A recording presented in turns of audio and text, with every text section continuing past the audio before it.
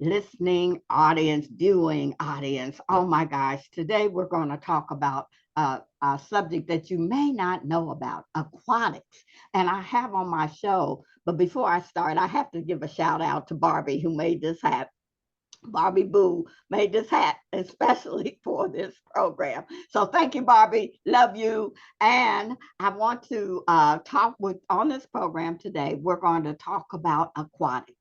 And I, just doing this program, listening audience, I learned so much just preparing for it. And also, I didn't realize how ungrateful I was. And this program has made me more grateful for the gift of water and what it does for us. But I have on my show, and then we're going to have another lady, very important lady, joining us. I have Angela Tawfeeq. Did I say that right, Angela? Yes, yes, Okay. yes, you And you did. know what? This is volunteer work. This is love. This is love. But could you tell the listening audience? Oh, Dr. Miriam Lynch just joined us too. All right. So I want them to tell the listening audience, how did you get involved in what is aquatics first, and how did you get involved? And I'll start with Dr. Tawfeeq. Well, yes, hello. It's a pleasure to be here with you today. And just a little bit about myself. My name is Angela Beale-Tawfeeq, and I am currently an associate professor at Rowan University in health and physical education, teacher education. Please excuse the background, like I said before. I also am a member of I'm the current director of education and research and board member of Diversity in Aquatics, which is actually one of the only nationally recognized nonprofit organizations focused on increasing water safety awareness and in aquatics via many lenses around addressing the importance of addressing drowning in historically marginalized communities through awareness, education, and empowerment in communities. I also am a member of the American Red Cross Scientific Advisory Council, and we also do public health work via this lens around water safety and aquatics. And I actually got into the field of aquatics, but as I always say, when my Olympic dreams didn't come true, I went into water safety and awareness via another lens. I grew up in Philadelphia, and I grew up, believe it or not, in North Philadelphia, born and raised in the swimming pools where I spent most of my days, which sounds odd. But swimming under Jim Ellis in the PDR swimming team, then known as the Philadelphia Department of Recreation, but growing over the years with it, PDR standing for persistence, determination, and resilience under Coach Jim Ellis, who is actually an iconic African-American swimming coach in the country.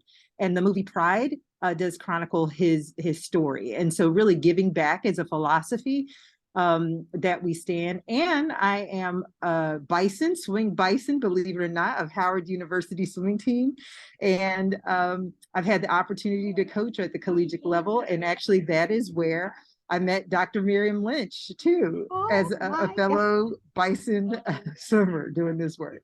To whom he has called, he has predestined. But my gosh, she has, oh, wow, she's a busy lady. Wow. And Dr. Miriam Lynch, I understand that you got a scholarship, but tell us about how you got involved with aquatics.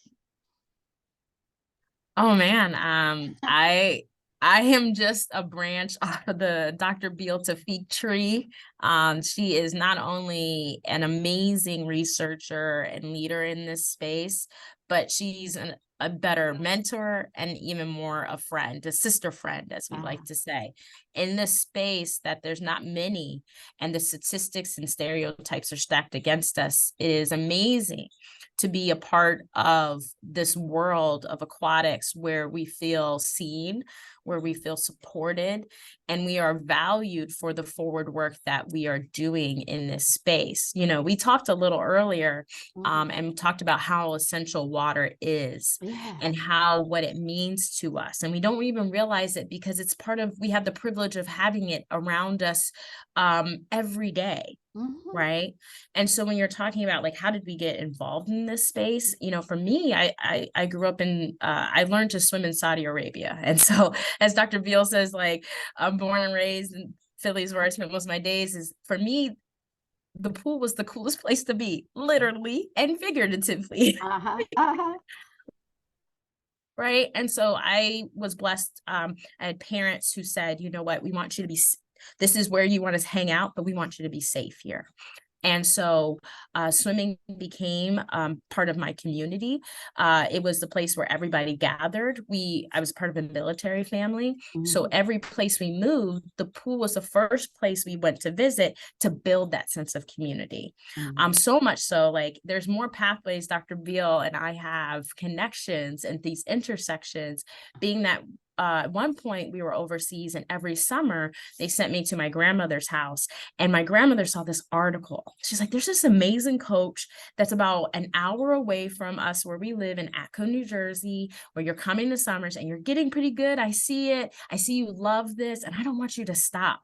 And I saw this article, and we're going to go out and go to his swim practice. And you know what? She took my sister, who was maybe 1, 2 at the time, in the stroller on deck. And that's when I met the Hall of Fame coach, Jim Ellis, which is Dr. Beale-Tawfeeq's coach as well. And he had been a mentor, and he still is a mentor to this day, making those connections. And so my grandmother would be on deck with my sister, and I would be in the water crying. because this was just one, because it was a blessing to be in the space and be a part of the magic of what he was creating. And the second thing, those practices were hard. but that's what stayed with me. Every bit of it, wasn't it? And I enjoyed, but you know what, and that was my first time, because I had a German coach that didn't speak very much English at the time. So to have not only that level of training, but to be cared for in that way, and the lens in which he had for his swimmers, it wasn't just a swim team to produce, it was a swim team to grow, and it was a swim team of a family.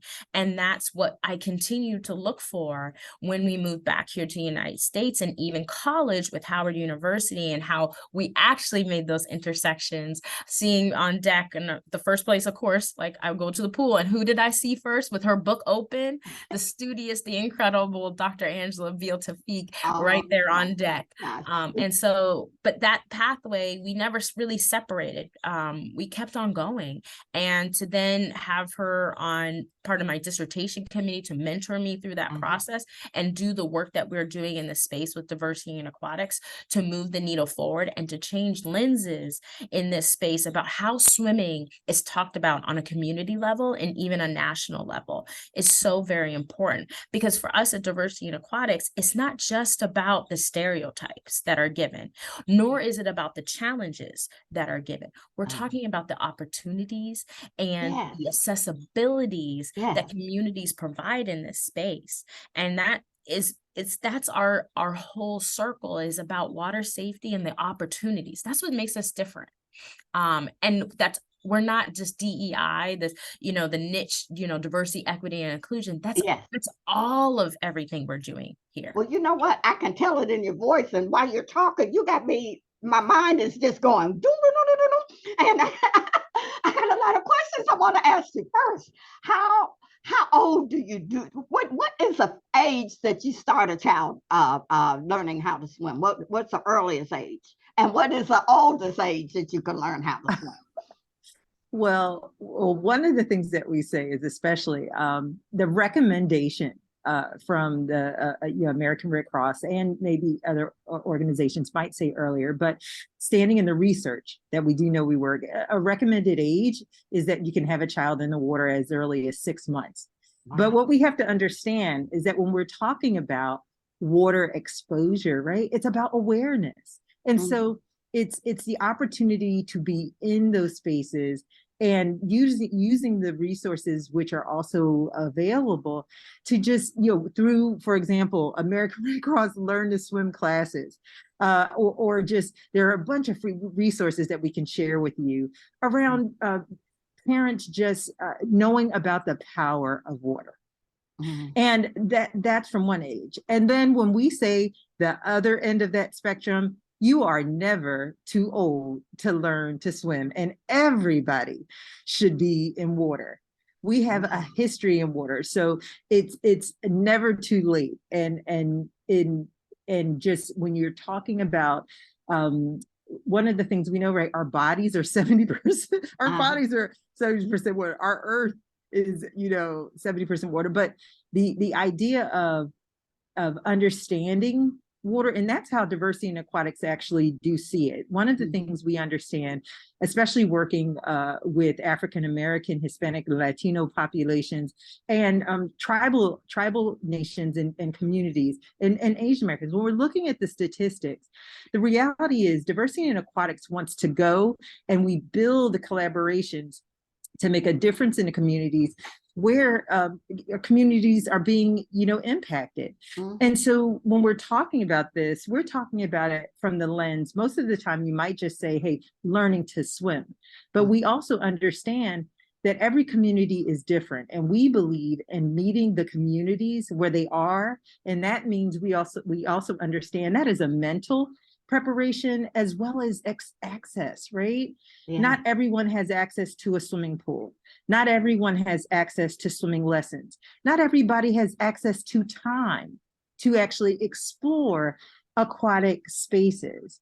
So when we're talking about it, we start with something, accessibility. And what is accessible when we're talking about it? You're starting it here with us today, but it's just sharing information and the importance of awareness, because we're talking about drowning.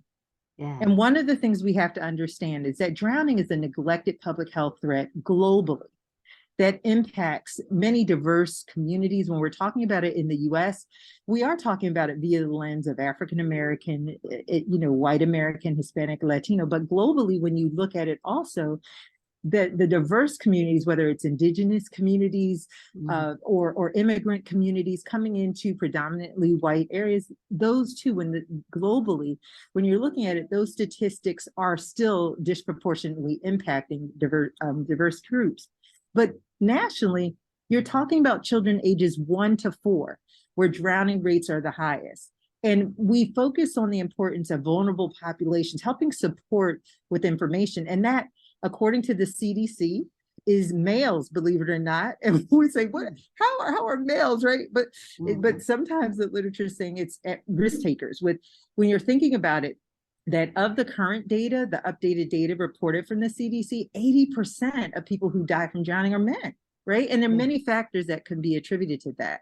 But when we're looking at it via racial groups, we have drowning rates in terms of Alaskan Native and Asian Americans, where children are drowning at high rates, or individuals between the ages of 29 and which is actually 29 and younger, which is about 2 times higher than that when compared to white Americans. And when we're talking about the highest disparities, that's between that 25. But when we're looking at African Americans, Black people in the United States, it's 1.5 times higher than white Americans. And we're looking at that in inner city pools. And then when you're talking about it in the ages of children ages 5 to 9, that is 2.6 times higher. And kids 10 to 14, that rate among white Americans is 3.6 times higher. And these are swimming pools. And so when we're looking at just this information, white children are drowning, like we said, in their ages of 1 to 4 in private pools. So there are differences. So we understand that people go towards bodies of water for numerous reasons. And it's our goal that when we're talking about these statistics, we at Diversity in Aquatics believe in addressing water. We want to have water safety advocacy without tragedy. That's typically in our communities what brings awareness to the importance of learning to swim, or water access, or the power of water. And that's what we really are trying to change. We won't want a mother to have to say, my child drowned and now I'm becoming an advocate. We want communities to know, like our parents, we believe in the philosophy of Sankofa, right? Mm-hmm. So the work you're doing and in your community, you are an advocate. You are a mentor for us in this space. So having us here on your show, the legacy, I thank you with Skip Young, who invited us here, and you know, and my dear uncle in this space. But he has been an advocate for our inspiring Miriam, who is our CEO, to lead this very important work. Yeah, you talked about access, and when Dr. Lynch was talking about being on a military base that already had the swimming pool, but when you look around in our communities, in African American communities, you see very few swimming pools. So people do not have access. But I saw also that Howard University, is that correct, Dr. Lynch, that it's mandatory that you learn how to swim to get your bachelor's degree. Is that correct? For the School of Arts and Sciences, yes, it is part of the curriculum schema that you have to take water safety, a learn to swim class in order to graduate. And that goes for many schools. The Ivy League schools at one point was a mandatory that you had to learn how to swim or take a swimming class. And sorry about that, a swimming class in order to graduate from them. As a matter of fact, I was on a call this summer with the school, Dartmouth, that was talking about they were weighing that, and they know what they had, their results ended up like the disparities of what we see in swimming. But it gave everybody the skills, right? There's a famous quote by Plato, one must and learn to swim is part of that, right? Quote. And the piece is that what we forget is that when you talk about swimming access, like Dr. Beale-Tawfeeq talked about, that access has been taken away by policies and practices. That was not a result of just being a leisure activity, but it was purposely taken away. And tax dollars were purposely reallocated out of communities that took away the access to water. And so what we are trying to do as diversity in aquatics, and what Howard is still implementing, and many other schools that are on the elite level like Howard is that swimming provides access to opportunities, right? And of course, we have to start with that awareness piece to make sure that you know how to be safer. And then the next piece, learn to swim. Now, what kind of careers can you are that are important in when you study aquatics or learn how? Where can that lead you into what kinds of positions? I think you're looking at two great examples right here. I know. of career pathways, right? Like we're not swimmers per se. We still get in the water and enjoy it for fitness, but look where we are. We have a leading researcher in the country, Dr. Beale-Tawfeeq, who's taken her experiences in the water and her competitive pieces, and now she's a leading researcher in this field, right? So researcher, I'm a coach.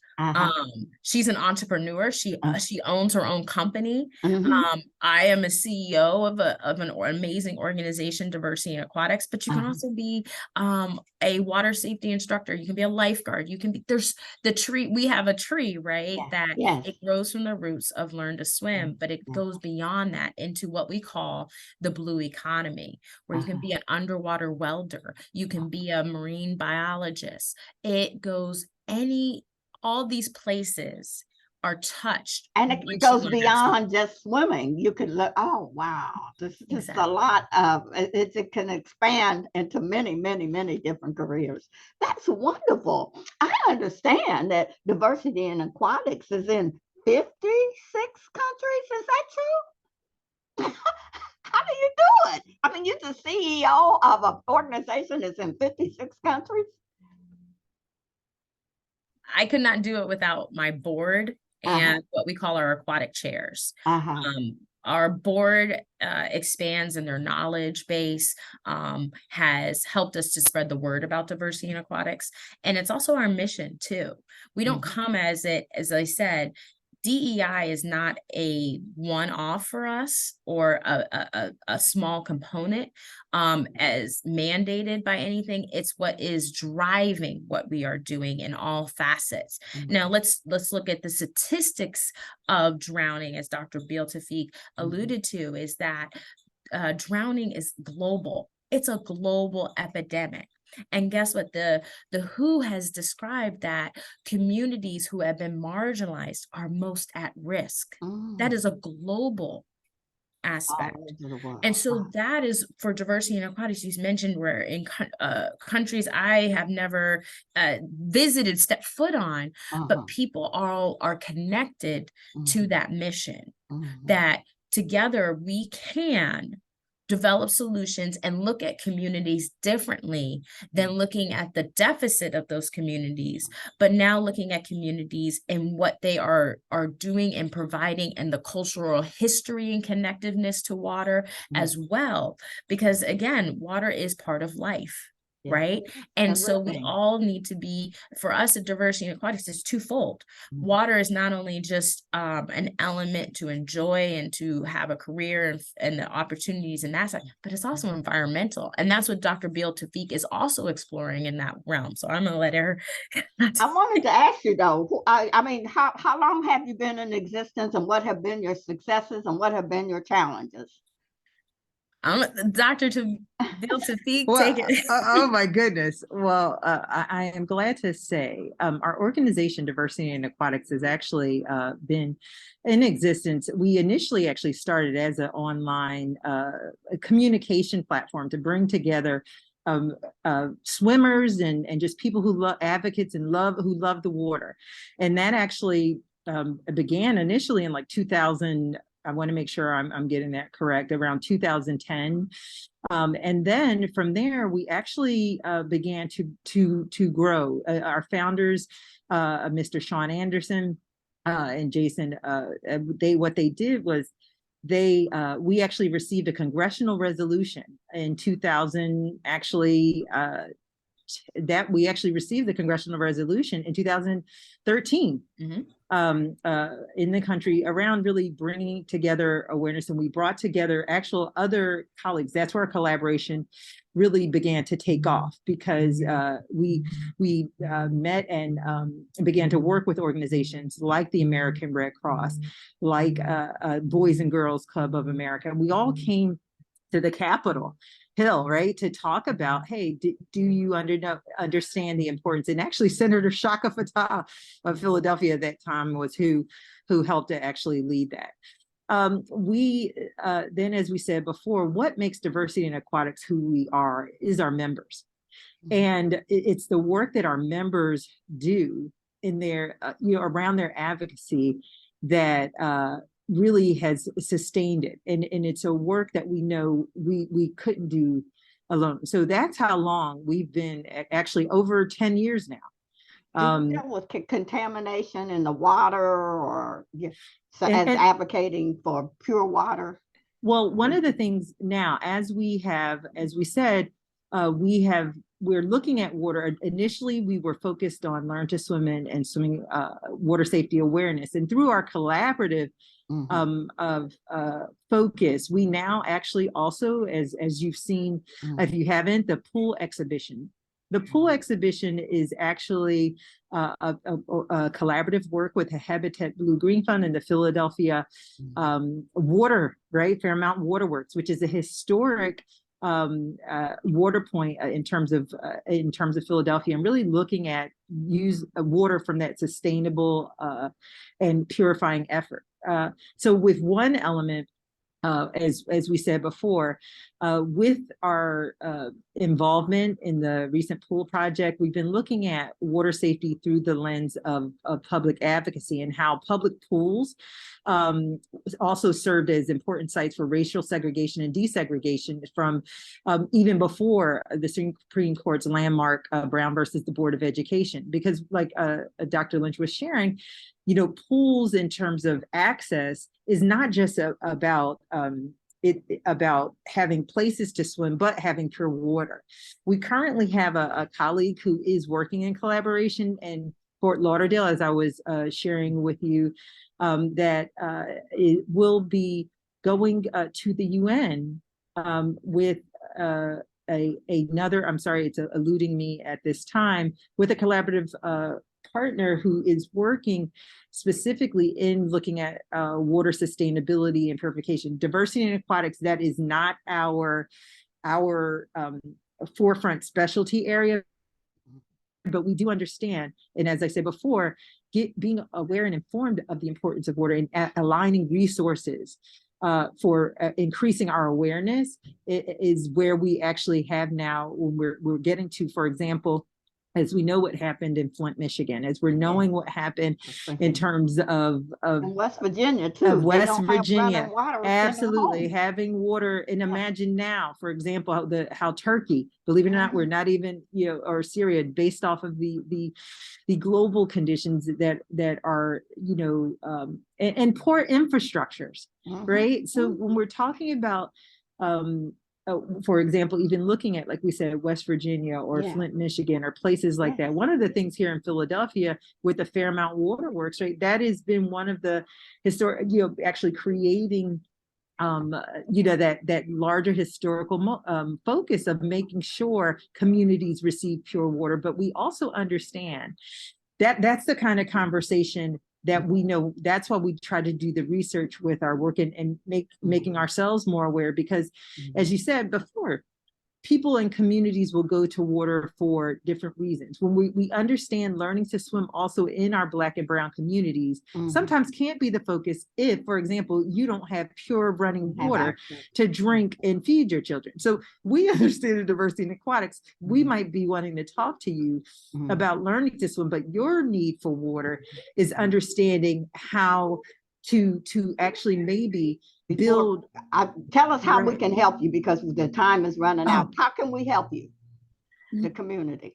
So I think it's being a part of our community. First, subscribe to our newsletter, get informed of the actions that are happening along for diversity in aquatics, because there may be events and activities that are happening in your area that you can be a part of the causes that Dr. Beale-Tawfeeq had outlined, that the lenses in what we are doing in communities. So I think that's the first. To diversity in aquatics, and we'll get .org. .org. .org. It's important to remember that .org, and also donate. We don't take for us, we're all volunteer based. As you can see, Dr. Beale-Tawfeeq is an associate professor at Rowan University, and then I work in K-12 education. And this isn't just, like she said, it's not a calling because of this is more. Let me address this. It's a calling. It is a calling for us to be in. I can tell. So donate. Predestined. So that's part of your destiny. And you know, I just thank you. I call you, you're activists, and also I call you actionists, because you don't even talk about it. You are about it, and I just really appreciate it. I mean, just call on us anytime what we can do to help. Just give me a call. We can get back on, or anything that we can do to help, because we definitely need to get more water safety. We need to have pure water, and we need to have access to water. So thank you so much for being on this week's program of Yolanda Robinson in the Know. And I'll see you out there next week. Love you. Thank you so much. Thank you.